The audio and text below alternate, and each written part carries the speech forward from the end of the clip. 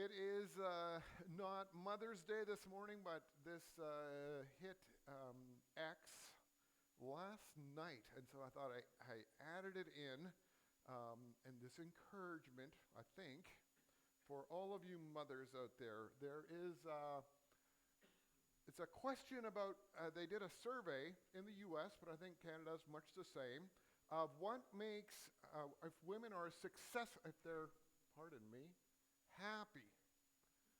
And that would be, Lucille doesn't necessarily appreciate this very much, but when we first got married and dating together and stuff, then she asked me what I wanted, and my standard answer became that I wanted her to be happy. And that's sort of a wonderful thing, and it's sort of a not a good wonderful thing. I think she found it a little stressful sometimes to figure out how to live up to that one.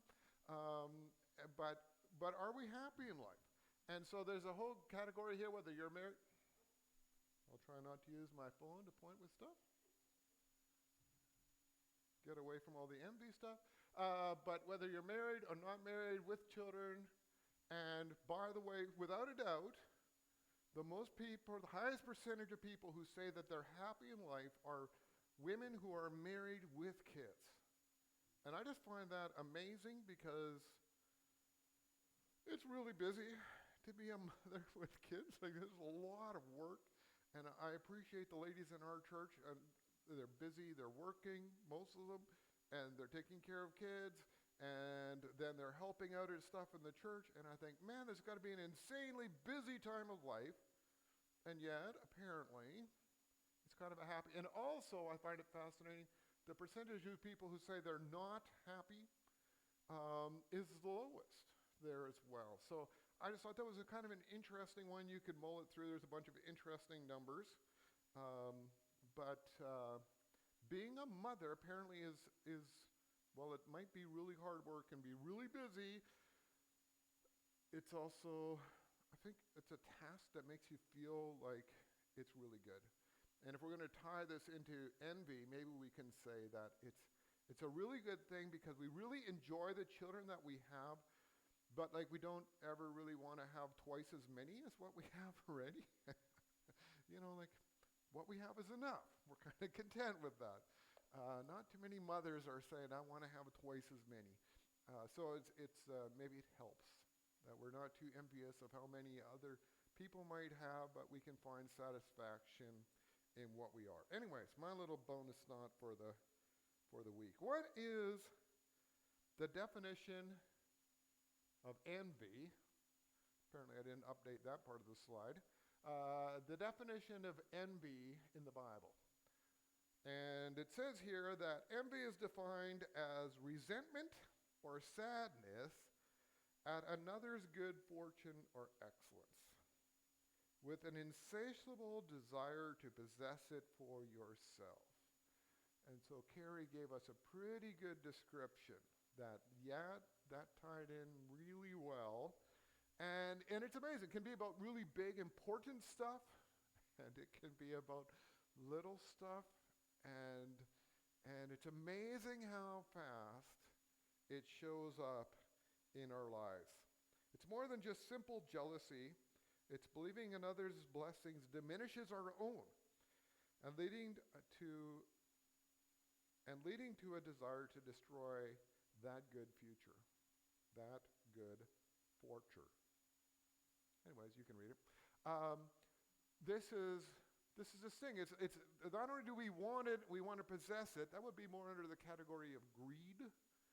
But it's also this idea that we don't want others. We want to have what they have, or we would want to have what they have taken away from them because it wouldn't bother us so much, right? And so this is where the whole category of envy comes through. And what's the difference between greed and envy? And this has been kind of neat for me because every week I explore one.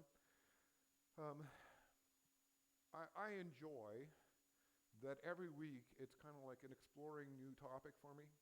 Maybe it would be really good to have studied the whole list of each one of these and done, and then you would relate to this one by the ones that you're anticipating. But I enjoy the discovery of it and the spontaneity of it, as some of you know. And so I enjoy that every week we hit a new one, and then it always makes me have to sort of reconsider how does it relate to the previous one. And so what's the difference between greed and envy? Well, greed is something that is good, but taken to excess.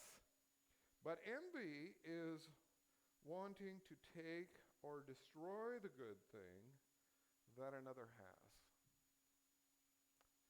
So greed is wanting more of it. But envy has to do something against what somebody else has. It's the fact that they have it makes a difference. And it matters, to pick our example of this morning, it makes a difference if you see a random person in the theater who has the fancy binoculars. And then it's different when it's a good friend of yours who has one. The who it has it is also plays an important part into all of this as well, and is part of how we can define this. We'll cover a little bit more about this as we go along. How does it show up? How does it show up? Well, envy often manifests itself as a material envy towards stuff, possessions, or spiritual envy. And I found that kind of an interesting concept, to realize that we have a bit of spiritual envy, that we want to have whatever it is we sort of view as being the ideal of what spiritual is, and for people to recognize that we are spiritual, that we are in competitiveness with each other to a certain degree. And we want things, especially when others have it, and we do not. Envy is disastrous. It's one of the deadly sins. So that implies that it is the kind of thing that if it starts digging into your life, it will corrupt your character, it will tarnish your heart, and it can cost you your salvation. It's the kind of root that is really important to get rid of. All sin are the same. Sin is sin, but there are certain kinds of sins, we call them these deadly ones, because they have a root that will corrupt you from the inside out. And so this is what happens here.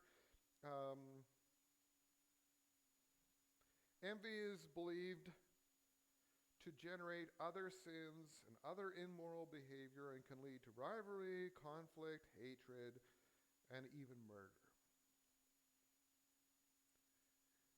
And it starts as a very minor little thing, but if it is allowed to flourish,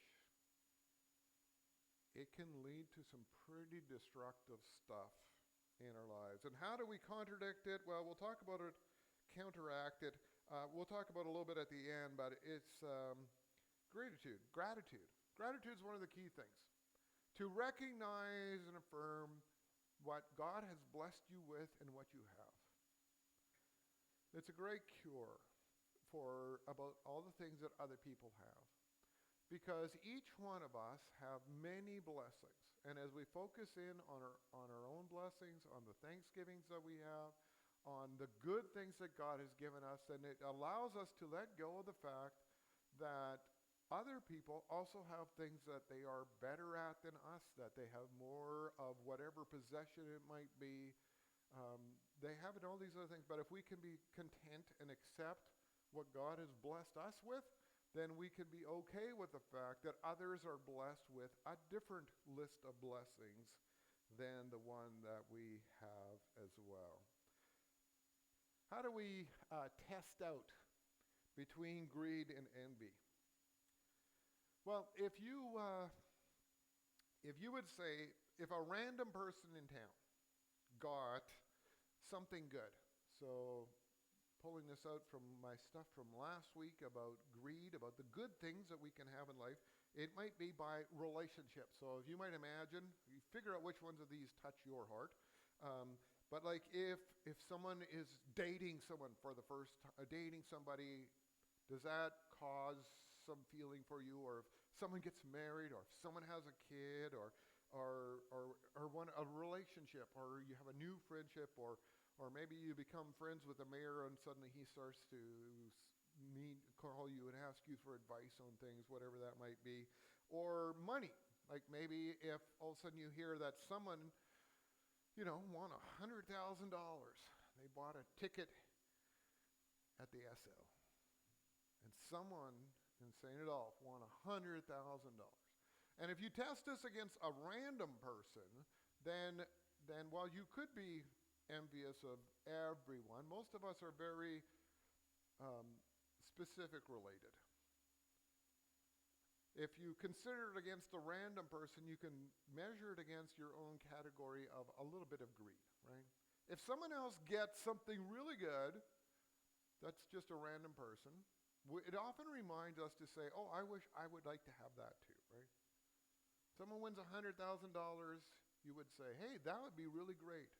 And if you hear that they're running around and they bought themselves a new sports car, then maybe it makes you say, man, I kind of wish I could get that too. That would be good, right? So that's just sort of a general little bit of drive towards greed. It could be just good hard work and wanting things, but it's heading towards the greed category. But if you give that example to a specific person, then it starts to become a lot more than if it was just a random person in town. And I will just tell you that as I've been wandering over this thought this week, that in particular I would notice for me that there's a number of things that if my brothers, I love my brothers, we have a really good relationship, but if my brothers would get some really good stuff, some of these things that are important to me, it would dig different if it was my brothers who got it. And we're just a little bit competitive. I don't know what. Let's try to justify it, say it's a good thing. I don't know. But it would be different. And professionally, as a pastor, if certain things happen to other pastors that I know, and they get certain kind of a really wonderful blessing, it starts like, why didn't I get that? It would dig deeper for me. And so this is a good way to test the envy, is to take a random event and say with your spouse, with your kids, with your siblings, with your good friends, does it dig a little bit deeper if that really good thing happens to somebody that you know? Because that's digging at the heart of envy. And I kind of thought that maybe this would be the first, the deadly sin that I would be able to say, hey, I think this one, I have this one under control. I have this managed well, and it's not really my problem. Like maybe some of you also struggle with it, but I think I have this one under control. And I thought maybe this would be the one. I recognize most of the other ones. I'm not anywhere near that, but turns out I don't have a lot of envy, but the little streaks of envy that I have are really deep. And they are very uncomfortable for me to have to admit to. I don't seem to have a lot of it, but it's really quite ingrained. And so maybe you can consider that with your own example. Envy in the Old Testament. Well, it starts off with Cain and Abel. Genesis chapter 4. Adam and Eve sinned for the very first time, and basically the first problem that they run into is that Cain and Abel get envious. Particularly, I guess, Cain gets envious. They both offer up a worship to God, a sacrifice to God. And one is accepted and one is not. And it seems pretty obvious by the response of why it all comes through that the problem isn't that Cain isn't accepted by God, that what really rips him is that it was okay for his brother.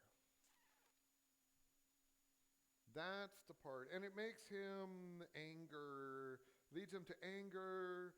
He becomes downcast, angry, downcast. God comes by and asks him about it and says, hey, what's going on? You know, it seems like there's this problem going on. And he's getting, nope, not talking. And God kind of challenges him. He says, you know, there's this sin in your life. There's sin crouching at the door. It desires to have you. It wants to rule you. He says, this envy, it's going to run your life. And what does Cain says to God? He says nothing at all. But to his brother, he says, let's go out to the field. And the very next phrase is, and Cain killed his brother. Yeah, he wasn't upset that God wasn't accepting him. It just what really ripped him was that his brother was.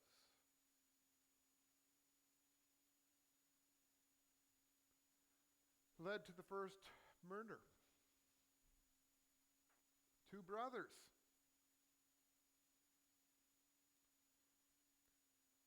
It's dangerous in our lives. We have an example in the New Testament.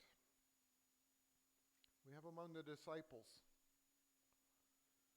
Matthew chapter 18. At that time the disciples came to Jerusalem and asked, who then is the greatest in the kingdom of heaven? They asked this a few times. They want to know which one's there's 12 men. And apparently they somehow turned this into a competition. They want to find out who gets the best spot. And it's not just one time. It comes through a number of times that they're competing. They want to get the best spot. And we find the opposite, and we talked about this a few weeks ago, but when it came to who would wash the disciples' feet, the reverse of this, which is who's the lowest, everyone is like, nope, not me, not me. Oh, I didn't see that was over there, that there was a bowl over there, but I didn't see it. I didn't notice it. Somebody should really do that, but not me. And Jesus comes by, and Jesus washes his disciples' feet. He recognizes they are envious with each other. They do not want to be the one at the bottom, and they want to be at the top. They're not worried about how pleased God is with them. They are motivated because they want to be ahead of the other disciples. Cuts at the heart. James chapter 3, verse 16 states, for where envy and self-seeking exists, confusion and every evil thing are there. New Testament, Old Testament, it comes all the way through. This week, for youth, I told a story. I told them the story of Solomon, about how 2 ladies with their babies, they had no man in the house, just the 2 of them living together, and in the night, one of them dies. And in the morning, they both claim to have the baby. They both claim that it's theirs. And they both know who it is, but Solomon doesn't know. Right? Nowadays, we could do a DNA test or something. We could find out. It's not the case. So Solomon's dealing with this. And and it was kind of interesting because with the youth, I think one of them was like, I think I've heard of this story before. But basically nobody knew what story was coming. And when I told them that Solomon's solution to this whole thing was that he said, how about, I think maybe what would do the best thing to do then, to be fair, is I'll take my sword and I'll cut the baby in half, and then each of you can have a half. And the youth just went, They couldn't believe it. And random, average people are horrified at the thought that Solomon was going to just cut the baby in half and give half to each side. But the lady who lied to get the baby was envious. She was envious that the other lady had a baby and she didn't. And she had lost her baby and the other baby had died. And because she's envious, she thinks that the idea of cutting it in half and each of them having half is a good solution. She likes the solution because she really wants, it hurts her because the baby has died, but what really drives her is the fact that this other friend, roommate, is going to have this baby and she won't, and she's going to be seeing this now all the time. Every time she sees that baby, it's going to remind her that she doesn't. And if the baby's cut in half, then that problem's dealt with. And she says, yeah, no, that seems fair. Why don't we do that? And of course, the mother, who knows that the baby is hers, is appalled, right? And she says, no, she can have the baby. She can have the whole baby. I don't want to cut in half. I don't want half a baby. She can have the whole baby. And Solomon says, you are the real woman of this. But what drives the other side is envy. Moving along, what are some of our solutions? How do we deal with this? I suspect, I'm hoping, that all of you will recognize that there's a little bit of envy in you. It's not to the point where you want to kill somebody, but that there are times where exactly because it's somebody you know, it's a friend, it's a family member, that it cuts at the heart when something good comes to them that you want that thing too. How do we deal with this? So first of all, acknowledge and accept it. It's good for us to name it and to say, you know what, this deadly sin, it calls to me. And more than that, it also has a little bit of a residing in my life. I have to own it. That I feel this sometimes in my life. It's important. You cannot conquer these things in your life unless you acknowledge them. Don't suppress or deny your feelings of envy, but acknowledge them as a natural, sinful human emotion. It comes to us. Let's name it. Let's acknowledge it. It's there. Let's focus on our own strengths and accomplishments. Boost our own self-esteem. So many of these, I think, are related to low self-esteem. If we don't feel really good about who we are, then some of these sins have a lot more power on us. And I think of when we just went through about pride. And I would say that it's often related to, if I don't really feel very good about myself, then suddenly I seem like I need for all of you to acknowledge just how wonderful I am about stuff. And I need to tell you the stories of what I did that were really good. It's because I'm insecure. Because I don't feel comfortable that God has accepted me the way that I am. And I have to try to present myself better than what it is. And when it comes to envy, it's the same thing. So to recognize that you are blessed with many wonderful things. Each one of you, you have strengths, gifts, spiritual gifts, physical blessings, financial blessings. You have good things. And to acknowledge them and to accept that God accepts and to loves you and that God has chosen to give you these things, that he values of worth. He considers you to be of worth because, and this is why he has given it to you. It's a way to deal with the envy that we have. To practice some Gratitude, to count your blessings. This has become a popular thing over the last decade or so, to really emphasize this. But this is a spiritual principle that has been around for thousands of years, to count your blessings. My mother, in the last couple of years of her life, when your spouse of 50 years passes away, and then when you get old and you can't do the things that you used to do, it's really easy to just focus on the things you don't have anymore. And so she made a point of writing down every day a list of things that she was thankful for.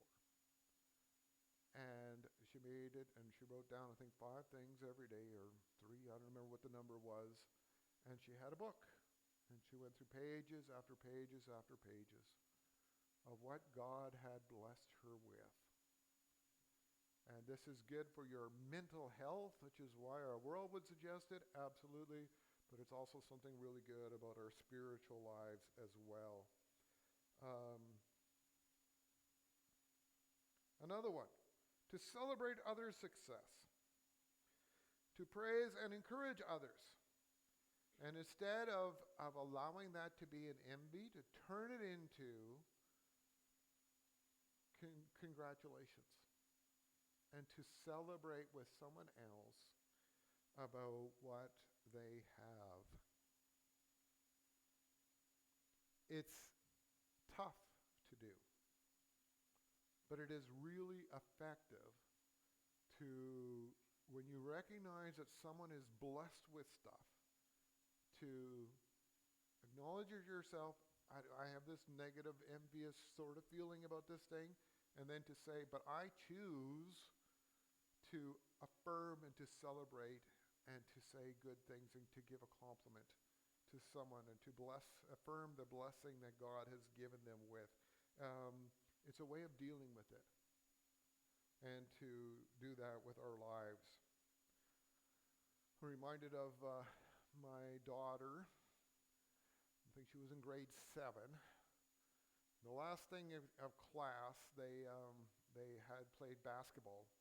And I'm not sure why the gym teacher decided to do this, but they played the girls against the guys. And the guys won. It's not really a surprise. And Ashley came home, and she was like, tomorrow the guys are going to be unbearable. Like, they're going to be going all day about how, they beat the girls. They're better than the girls.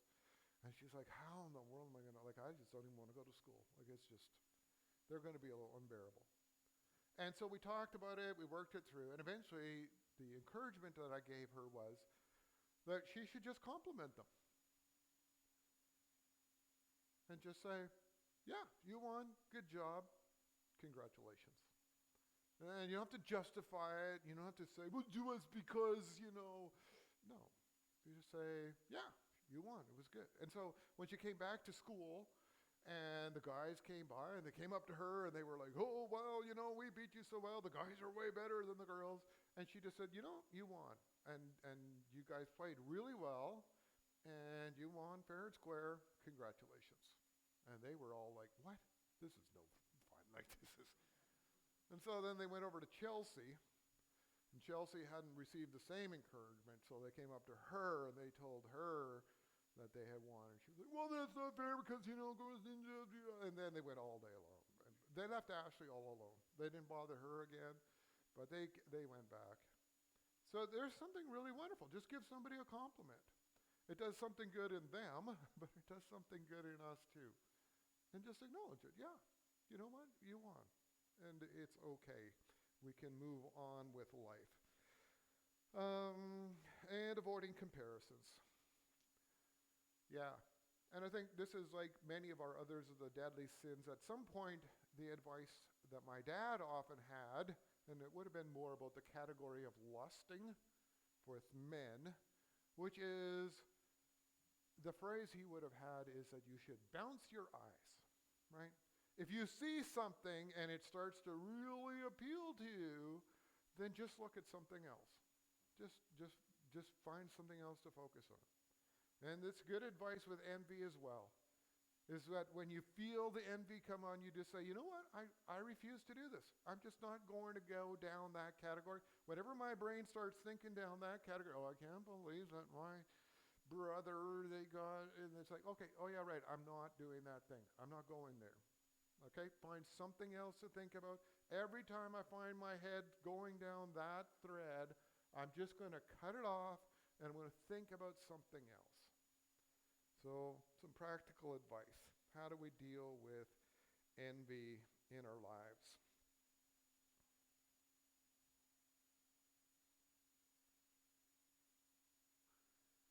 And all of this is leading towards Easter. We're doing this for Lent. It's a reminder of this, that Jesus died for the sins of the world, that salvation is available to all who accept this. We're not here to condemn. You know, aren't you walking out the door feeling like, oh man, now it's one more sin and it's a deadly one, and this one, oh, it applies to me too, oh shucks. No. There's forgiveness. There's for little sins and for big sins and for the deadly sins. It's all the same. And we name it, and we confess it, and God forgives it 70 times, which isn't actually limited to a list in case you were thinking, oh, maybe by now I've almost reached past that. That it's infinity. That's what it is. That God will keep on forgiving you. As long as you acknowledge it, bring it back up towards God, there is no limit to his forgiveness and what he's willing to do. And when on Easter Sunday, when we get together, we will celebrate communion, we will be connecting in a little bit to our sinfulness. That's because that got nailed to the cross. Jesus paid the price. And he washed away our sins by his sacrifice. And that is why we gather together. This is why we're a church. Not because we're perfect, because we are not perfect. Because we are the ones who say, I cannot live up to God's standard, and therefore I need the salvation of God. I need the grace of God. This is why we believe in the death and resurrection of Jesus Christ. It's the reason why we stick of only thing almost in our whole building that we have here is a cross. Because the cross is the solution. It is the focus, and it is the path to heaven. How about we close in prayer? Dear Heavenly Father, I thank you that you love us. As we focus in on our sinfulness, we feel a bit more guilty, convicted, but you've always known. And there's stuff of this that's hidden in us that maybe we're not even aware of, and you know that too. But you love us, you accept us, and you died for us. You wanted to restore us, and you wanted to welcome us back as sons and daughters. And you wanted to live with us for all eternity. So we thank you, and we worship you. In Jesus' name, amen.